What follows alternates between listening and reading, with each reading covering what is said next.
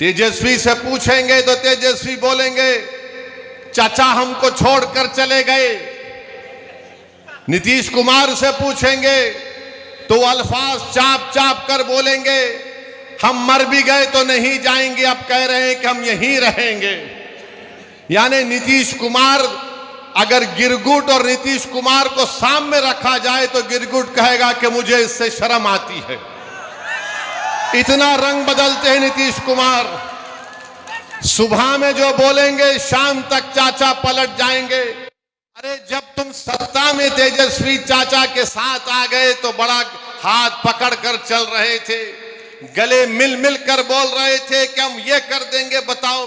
फिर से याद दिला रहा हूं कि मैंने 1 साल पहले किशनगंज में आकर इस बात को कहा था कि नीतीश कुमार साथ नहीं रहने वाले हैं। नीतीश कुमार कुलाटी मारेंगे, पलटी मारेंगे।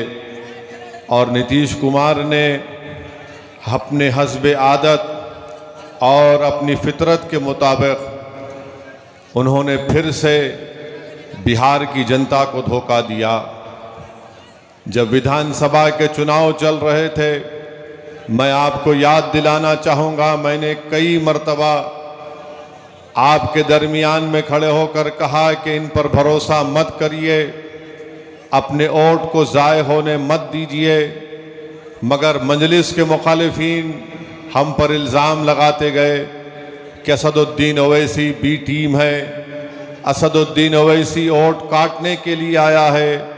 मगर मेरे अजीज़ दोस्तों और बुज़ुर्गों, मेरी इज़्ज़तदार माँ और बहनों, मेरे गयूर नौजवानों, बताओ जब मैं आपसे कह रहा था क्या वो बात आज सच नहीं निकली?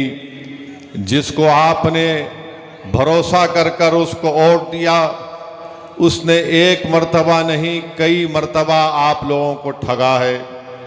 आपने सेकुलरिज्म के नाम पर, आपने बीजेपी को रोकने के नाम पर, मोदी को रोकने के नाम पर आपने वोट दिया। मगर बताइए आज आप क्या देख रहे हैं? इल्ज़ाम अख्तरुल ईमान पर लगता है कि अख्तरुल ईमान और असदुद्दीन ओवैसी और आफ्ताब इंजीनियर बिहार में वोट तोड़ने के लिए आए हैं। मैं उनसे पूछना चाह रहा हूं, बताओ आज जिम्मेदार कौन है? आज जिन्होंने आपका वोट लिया और आपको धोखा नहीं दिया बल्कि आपके पीठ में खंजर घोंपा, आज वो सब के सब खामोश बैठे हैं। इसका जिम्मेदार ना सिर्फ नीतीश कुमार है बल्कि इसका जिम्मेदार तेजस्वी यादव भी है। इसका जिम्मेदार भारत के वजीर आज़म नरेंद्र मोदी है। ये तमाम के तमाम तीनों पलटू मास्टर हैं, बोलते एक हैं और सत्ता के लिए कुछ भी कर जाते हैं। अगर हम चुनाव लड़ते हैं तो हम पर इल्ज़ाम लगा दिया जाता है, मगर आज बिहार में बीजेपी अगर सत्ता में है तो इसका जिम्मेदार ना सिर्फ नीतीश कुमार है बल्कि इसका जिम्मेदार तेजस्वी यादव भी है कि आपने आज बिहार की जनता पर बीजेपी को मुसल्लत करके रख दिया। आपकी नादानी और गलतियों की वजह से आज बिहार में आरएसएस मजबूत हो रही है। हम चुनाव लड़ते हैं तो हम पर उंगलियां उठाई जाती हैं, इल्ज़ामात लगाए जाते हैं। मगर बताओ आज बिहार में अगर बीजेपी की सरकार बनती है तो इसका जिम्मेदार क्या अख्तरुल ईमान असदुद्दीन ओवैसी है? हमारे 4 विधायक को इन्होंने तोड़ लिया। आपने मजलिस के उम्मीदवार को आपने अपने वोट और दुआओं से कामयाब किया। मजलिस के 4 विधायक को तोड़ा, ये बोलकर तोड़ा कि हम बीजेपी को रोकेंगे। बताओ तुमने क्या बीजेपी को रोका? तुम सिर्फ अपनी अना की तस्कीन के लिए तुमने मजलिस के 4 विधायक को तोड़ा। तुम नफरत करते हो कि सीमांचल की सरजमीन से एक गरीब और मजलूमों की एक सियासी लीडरशिप जो भर रही थी, तो तुम ये नहीं चाहते थे कि सीमांचल की जनता से इंसाफ हो। तुम ये जानते थे कि मजलिस ने यहाँ पर सीमांचल की आवाम में एक सियासी इनकलाब को बर्पा कर दिया। तुम ये नहीं बर्दाश्त कर सकते थे कि सीमांचल की जनता से इंसाफ होगा, उनको उनका हक मिलेगा, तो झूठ बोलकर हमारे 4 विधायक को नीतीश कुमार ने और तेजस्वी ने तोड़ा। अब बताओ वो 4 विधायक की क्या अहमियत है वहां पर?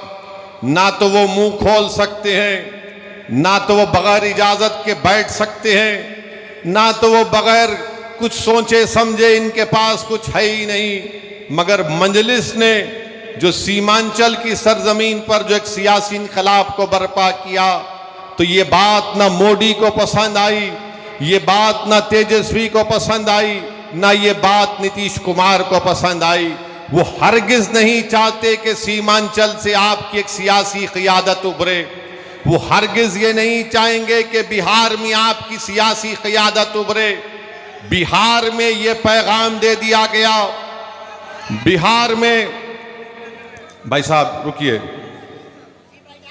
बिहार में सिर्फ यही चाहते हैं कि यादवों का नेता हो, कोई गुनाह नहीं है।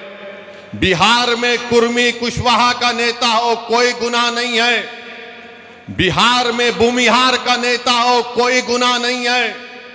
बिहार में अपर कास्ट का नेता हो, कोई गुनाह नहीं है। गुनाह उस वक्त हो जाता है जब गरीब और मजलूम मुसलमान खड़ा हो जाता है। तो चाहे मोदी हो, तेजस्वी हो, नीतीश कुमार हो, वो इस बात पर मुत्तफिक हैं कि सीमांचल से इंसाफ नहीं करेंगे और कभी भी आपकी सियासी लीडरशिप को भरने दिया जाएगा। इसीलिए धोखा देकर, आपकी पीठ में खंजर मारकर, आपके वोटों से मुंतखब शुदा, आपकी दुआओं से मुंतखब शुदा 4 विधायक को इन्होंने खरीद लिया। अब बताइए कौन जिम्मेदार है अगर आज बिहार में बीजेपी की सरकार है? तेजस्वी से पूछेंगे तो तेजस्वी बोलेंगे चाचा हमको छोड़कर चले गए। नीतीश कुमार से पूछेंगे तो अल्फाज चाप चाप कर बोलेंगे हम मर भी गए तो नहीं जाएंगे, अब कह रहे हैं कि हम यहीं रहेंगे। यानी नीतीश कुमार, अगर गिरगुट और नीतीश कुमार को सामने रखा जाए तो गिरगुट कहेगा कि मुझे इससे शर्म आती है। इतना रंग बदलते हैं नीतीश कुमार।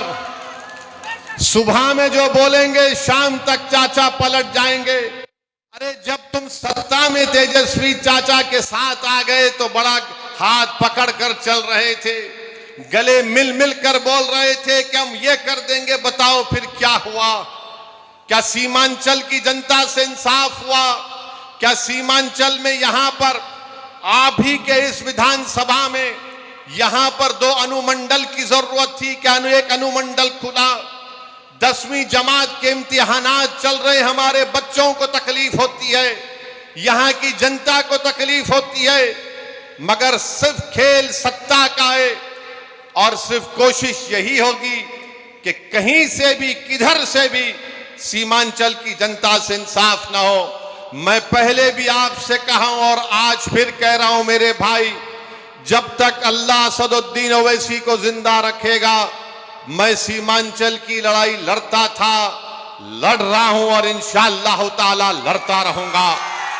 सीमांचल की आवाज कभी खत्म होने वाली नहीं है। अगर तेजस्वी और नीतीश ये समझते हैं कि हमारे 4 विधायकों को तोड़कर तुमने सीमांचल की आवाज को खत्म करके रख दिया, मैं बताना चाह रहा हूं नरेंद्र मोदी को, नीतीश कुमार को, तेजस्वी को, सीमांचल की आवाज कभी खत्म होने वाली नहीं है। तुम तीनों इस बात को सुन लो, जब 2024 के लोकसभा के इलेक्शन होंगे तो इंशाअल्लाह ताला भारत की सबसे बड़ी पंचायत लोकसभा में सीमांचल की जनता अपने इंसाफ के लिए, अपने मान और सम्मान के लिए, अपनी गीरत के लिए सीमांचल की जनता इंशाअल्लाह ताला अख्तरुल ईमान को यहां से अपना एमपी बनाकर लोकसभा में भेजाएगी।